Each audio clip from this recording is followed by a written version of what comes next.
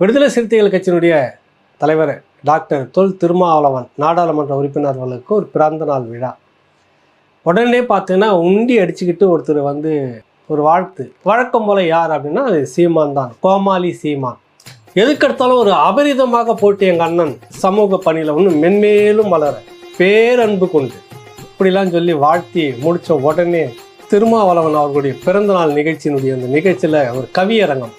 அந்த கவியரங்கத்தில் இந்த கோமாளியை எப்படி பேசுகிறாங்க அப்படின்னு கொஞ்சம் பாருங்க. தமிழகத்தின் நவீன கோமாளி இவர். மேடை ஏறி சிரித்தால் அதை கேட்கும் தம்பி எல்லாம் ஏமாளி.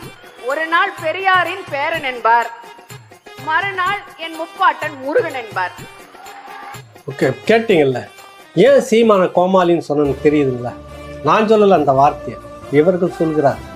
சகோதர இனத்துக்குள்ளாகவே கேவலப்படுத்தும் ஒரு அரசியல் எத்தனை காலத்துக்கு திருமாவளவன் அவர்கள் செய்ய